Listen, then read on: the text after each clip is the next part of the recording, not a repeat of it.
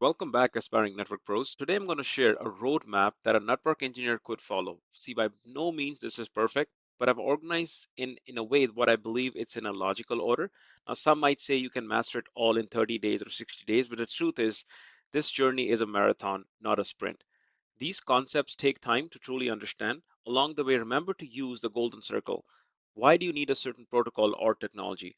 What problem does it solve? And how can you lab or apply to gain hands-on experience? By asking these questions, you'll develop a deeper understanding and insights and build the skills that stick. Let's dive into the 10-step roadmap.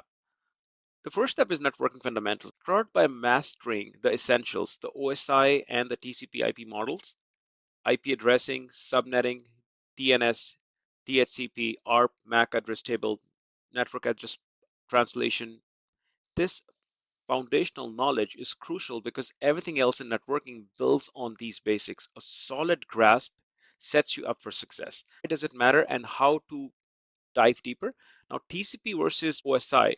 Think of these models as blueprints for data travel between devices. Know each layer helps with troubleshooting and deeper comprehension. Now, a lot of people will say OSI is not perfect, and I agree, not perfect, but definitely gives you a very good foundation to start understanding how does packet flow from one device to another and follows these layered approaches. IP addressing, subnetting, very crucial. IP addressing is like a street address. Which address does that person live at? By understanding IP addresses and subnetting, you're able to organize your network and understand things much better.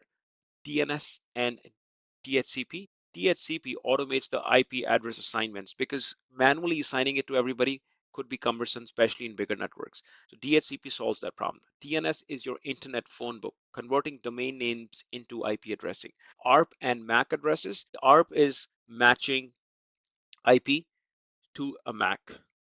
Mastering ARP helps you see how data moves, especially inside a local area network. Now, network address translation, as I said before, these protocols enable multiple internal hosts to share a single public IP, crucial for most home and enterprise internet connections. For example, your home might have 30 devices, but you only have one public IP address. How does that work? What makes it happen is NAT. The next one you want to look at is your switch concepts. Now, forget about hubs, forget about bridges, only talk about switches. That's what you're going to see in the field. With your fundamental knowledge secure, you can dive into switching, understanding VLANs, trunking, spanning tree protocol, EtherChannel, first hop redundance protocols, and MAC learning, which means how does a switch really forward a packet? The fundamentals you learned earlier help you grasp why a switch behaves as they do, creating efficient and reliable local networks. Why does it matter and how can I deep dive into these things? See, VLANs logically segment your network to boost your security and performance. Trunking method is to carry multiple VLANs across switches like highways for VLANs and traffic.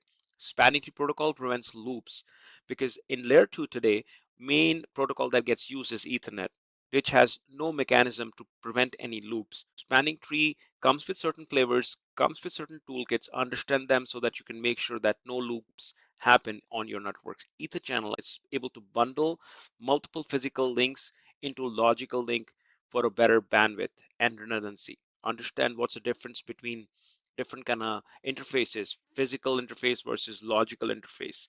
First hop redundancy protocol. Protocols like HSRP and VRRP ensure gateway availability if one router fails. It's pretty much like if I have a house and I only have one door to leave, what if that door gets blocked and I have to still leave? I should have another option to get out.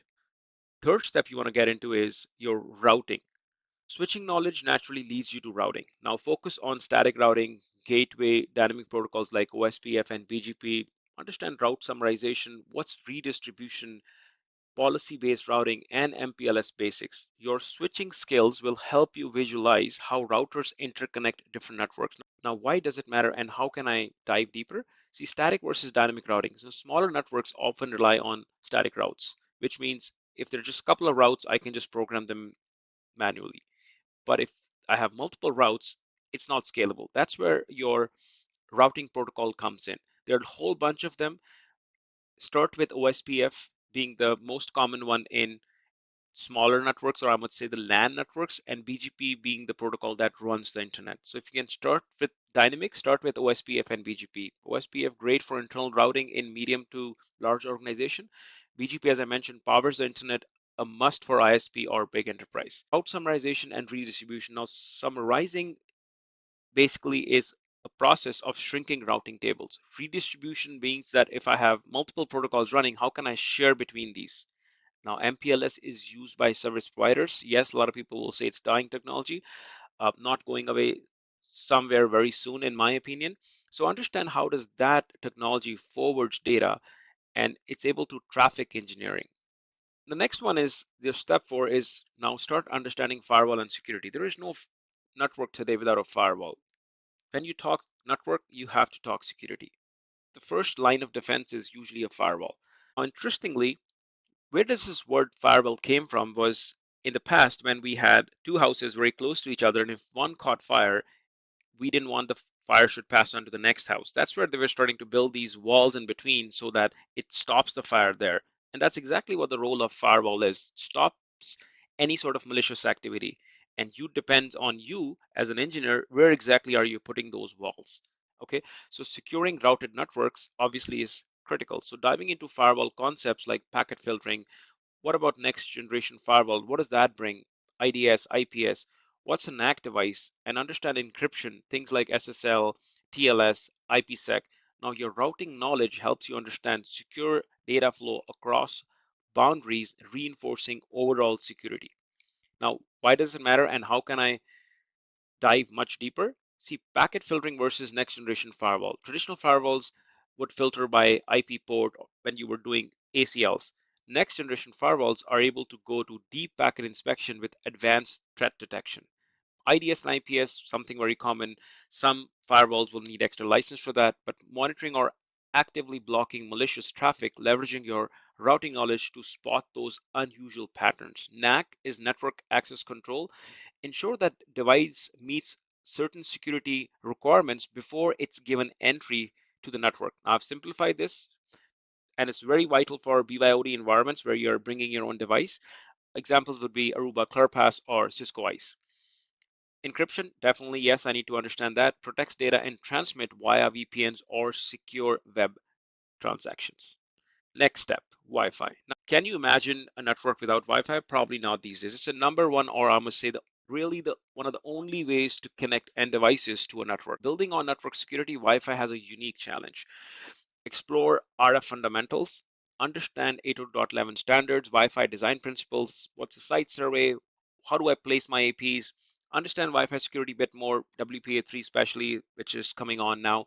Everything you learned about security applies here to wireless environments as well, right? You got to secure your network end to end. If you are leaving your wireless or Wi-Fi network open and you're able to secure after the wired, it's defeating the purpose, right? Another issue that Wi-Fi has is a lot of people have Wi-Fi at home, or rather, I must say, everybody has Wi-Fi at home. It's not scalable. Having an access point or a little router at home is very different than actually running an enterprise with access points. Why does it matter? Radio frequency fundamentals, understand what's a channel overlap, what kind of interference it's using unlicensed bands. Signal strength can make or break your Wi-Fi performance. Understand different 802.11 standard, what different standards bring, and why do you really need to understand these, especially the ones from Wi-Fi 4 onwards, which is 802.11n, then AC, which was Wi-Fi 5, AX, Wi-Fi 6, and the last one, Wi-Fi 7, which is 802.11be. How Wi-Fi has evolved in speed, range, and efficiency. Site survey is an important aspect of access point placement. Now, mapping the coverage ensures reliable connections and uncovers any dead zones or capacity issues. Try understanding the security. The latest wireless security WPA3, as I mentioned, definitely provides stronger encryption and better authentication methods. The step 6 goes into virtualization. Virtualization is transforming network infrastructure. It's not something new, it's been there for a long time, but it's absolutely critical. Now, study different hypervisor, ESXi or Hyper-V, KVM, virtual switches, NFVs, containers are the new big thing. Dockers, what does Docker do? How does Docker help me build a container? Then if I have so many containers, I need to manage them. That's where Kubernetes comes in. Understand what that does. Why does it matter and how do you dive deeper here. Hypervisors. Now, softwares like VMware EXI or Microsoft Hyper-V that host multiple operating systems on one server. Virtual switch operates inside a hypervisor to connect these different virtual machines. Same switching concepts are true, but this is virtual. You can't touch that switch. It's virtual, right? And then you have network function virtualization, which means I can have a box. In that box, I can actually install different softwares. For example, I can have a router as a software, firewall as a software, load balancer as a software. How does that work? And then obviously containers are the new big thing, more lightweight than virtual machines. What's the difference between a container and a virtual machine? Container can package applications and its dependencies. Kubernetes helps us manage or orchestrates them for high available and easier scaling. The next comes the cloud that everybody talks about. Now your virtualization knowledge really underpins the cloud networking. Because if you ask me, cloud has two real strong pillars. It's all about virtualization and all of automation, which means if somebody goes on AWS console and tries to program something, it automatically runs some sort of automation and spins up a virtual machine for you or virtual storage for you to do a certain task. Try to understand what's the difference between a public and a private cloud. What's VPC? Networking is still in the core of cloud. VPC is networking inside the cloud. IAM, that's where your security comes in. Identify who you are. Then understand the different technologies. What kind of compute options do I have? What kind of storage options do I have? What's direct connect? What's load balancing? Why does it matter? And how to dive deeper? Again, understand public versus cloud. Public cloud is your AWS, Azure, and GCP. They are renting out the data center space. Public clouds are in-house for more control, but the automation still exists. VPC is your virtual private cloud. You isolate your cloud segments where you set up different subnets, gateways, and routings. All the steps you learned before comes in handy here. IAM, identity and access management, manages who can do what on your cloud environment. Now, compute and storage services like AWS EC2 or S3 or Azure VM and blob storage host your workloads and data. Now, load balancing, distribute traffic across multiple servers for making it redundant and resilience and performance. Next one everybody's talking about is cybersecurity, right? As I said before, security comes hand in hand. Now, with everybody going digital, the landscape where the bad actors are able to steal that data or hijack that data packet is getting everywhere, right? So what kind of solutions can I put? Securing your virtual cloud environments calls for obviously deep cybersecurity skills. Now, exploring the endpoint security like EDR, XDR, SASE. What is SASE architecture? Zero trust network architecture. What's a SIM and a SOAR? Compliance, governance, pen testing. There are a lot of jargons out there. But once you start understanding the steps before, you'll understand that what are these different jargons doing for each step. Now, why does it matter? Endpoint security, it's a real-time threat detection on a user device and a network asset. SASE and Zero Trust Network Architecture, SASE integrates network and security via the cloud, where you have things like SD-WAN and SSE, which makes it SASE. Zero Trust Network Architecture ensure your continuous verification for every user and device. SIM and SOAR collects obviously different logs, and it automates the response, which is SOAR, to speed up the threat mitigation. You cannot be looking at all of your logs by yourself manually, because if you look at logs, even if it throws an error at you, there's a good chance that you will miss it because of a fatigue that I've looked at this, right? And then obviously compliance and governance, different depending on what kind of organization you are, hospital, government office. You have a lot of regulations like GDPR, HIPAA, or PCI if you're using any sensitive data. How do you protect those? Pen testing, time to time, get ethical hacking done to expose the gaps before the real attackers do. So understand that part. Once you've done all that, now I think you're at a position where you are able to network design. You have to start designing. You can design a network. Now, armed with all the stuff that we learned before, switching, routing, firewall, enterprise Wi-Fi, cloud basics, cybersecurity, now you're able to align the business needs with technology, which is the most important part, in my opinion, for network design. Ensuring high availability, optimizing WAN, data centers, adopt edge technologies, 5G, IoT, Understanding what's the difference between an ISP and an enterprise design, very different. Your cumulative knowledge shapes better strategies, obviously. Now, how do you go deeper in here is first thing, as I always like to say, is align your business goals. Network should solve real organization problems, whether cost, performance, or user experience. High availability, obviously, redundancy across devices, links, and gateways keeps critical services online 24/7. Now, WAN optimization, maybe by using SD-WAN, streamlines branch to cloud traffic, better performance, and much easier management. Now, data center is not going away. You will still have private data centers. So concepts like leaf spine architecture ensure scalability for modern applications. A lot of ed technologies, 5G, everybody talks about IoT, yes, extending network beyond data centers to sensors, wearables, and more. Very clear understanding of ISP and enterprise networks. They work out very differently from a perspective of routing tables, peer relationships, while enterprise obviously optimize more on internal communication and security.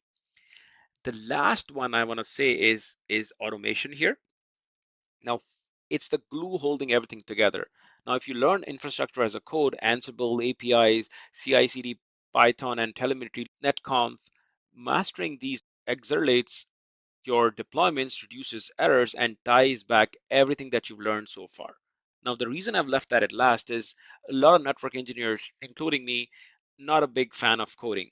You don't have to be. As long as you start understanding how everything works, and there are people who love coding, they will create codes for you.